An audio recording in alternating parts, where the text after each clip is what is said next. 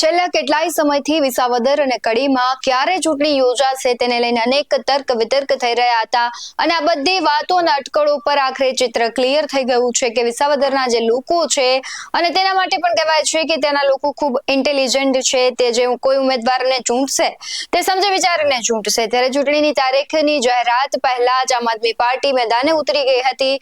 એક બાજુ કોંગ્રેસ અને આપ ગઠબંધન કરવાના હતા, પરંતુ કોંગ્રેસે મૂળ બદલ્યો અને એકલા હાથે લડવા માટે તે મેદાને ઉતર્યું છે અને ભાજપની વાત કરીએ તો ભાજપ પોતાની શાખ બચાવવા એડી ચોટીનું જોર લગાવશે તે પણ ક્લિયર થઈ રહ્યું છે। રવિવારે ચૂંટણી પંચે જાહેરાત કરી છે કે વિસાવદર અને કડી વિધાનસભાની ચૂંટણી આગામી 19 જૂને યોજાશે અને 23 જૂને તેમના પરિણામો આવશે। પણ જ્યારે ચૂંટણી આવે ત્યારે લાખો રૂપિયાનો સરકાર ખર્ચ કરતી હોય છે, ત્યારે ચૂંટણીના જે ખર્ચ વિશે છે આજે વાત કરવી છે।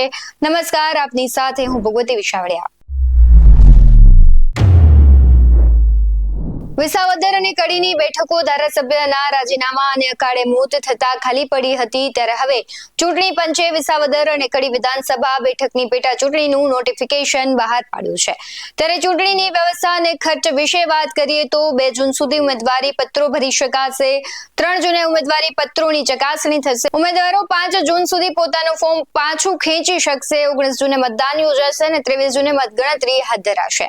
વિસાવદર વિધાનસભા ક્ષેત્રની વાત કરીએ તો કુલ 2,61,092 મતદારો નોંધાયા છે, જેમાં 1,35,609 પુરુષ અને 1,25,479 મહિલા અને 4 અન્ય ઉમેદવારો છે। ત્યારે મતદાન માટે કુલ 294 મથકો ઉભા કરવામાં આવશે, જેમાં 17 શહેરી અને 277 ગ્રામ્ય વિસ્તારમાં છે। ત્યારે ચૂંટણી પ્રક્રિયા માટે 1,884 કર્મચારીઓની નિમણૂક કરવામાં આવશે, જેમાં 1,475 પુરુષ અને 40 મહિલા કર્મચારીઓનો સમાવેશ થાય છે।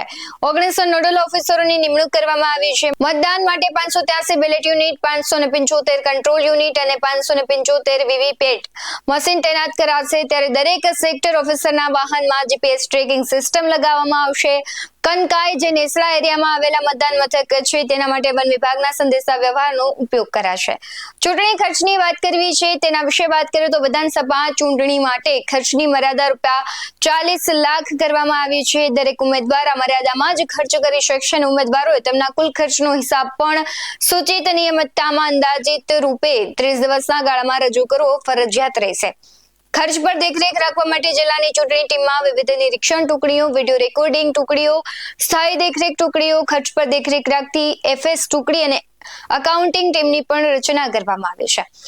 ચૂંટણી પંચ દ્વારા આ વખતે ખાસ લાઉડસ્પીકરના ઉપયોગો પર નિયંત્રણ મૂકતા ચૂંટણી જાહેર થયાની તારીખથી પરિણામની જાહેરાત થાય તે દિવસ સુધી રાત્રિના સમયે 10 કલાકથી સવારે 6 કલાક સુધી જ લાઉડસ્પીકર વગાડવા પર પ્રતિબંધ રાખવામાં આવ્યો છે। એમસીસી ટીમ દ્વારા નગરપાલિકા વિસ્તારમાં 1, ગ્રામ્ય વિસ્તાર માટે 3 મળી કુલ 4 ફ્લાઇંગ સ્ક્વોડ રચવામાં આવ્યા છે। મતદારોના વિવિધ પ્રશ્નો માટે પણ ખાસ કરીને ટોલ ફ્રી નંબર 1950 નંબર કાર્યરત કરવામાં આવ્યો છે અને આ ચૂંટણી સંબંધી પ્રશ્નોને લઈને મતદારો પોતાની ચૂંટણીના કોઈ પણ કાર્યપદ્ધતિનો જો ભંગ થતો હોય તો તે એપનો ઉપયોગ કરીને પોતાની ફરિયાદ તરીકે લાઈવ ફોટો, વિડીયો અપલોડ કરી શકે છે। ખાસ કરીને આપણે સાંભળીએ છીએ કે વારંવાર આપણે ચૂંટણીમાં જોતા હોય કે ચૂંટણીમાં પાર્ટીઓ લાખો રૂપિયા વાપરી નાખે છે। મતદારોને રીઝવવા માટે ઉમેદવારો લાખો રૂપિયાના ધુવાડા કરી નાખતા હોય છે। ઘણી પાર્ટીઓ તો આપણે જોઈએ છે કે લોકોને પૈસાની લાલચ આપે ખુલ્લેઆમ વોટ ખરીદી છે।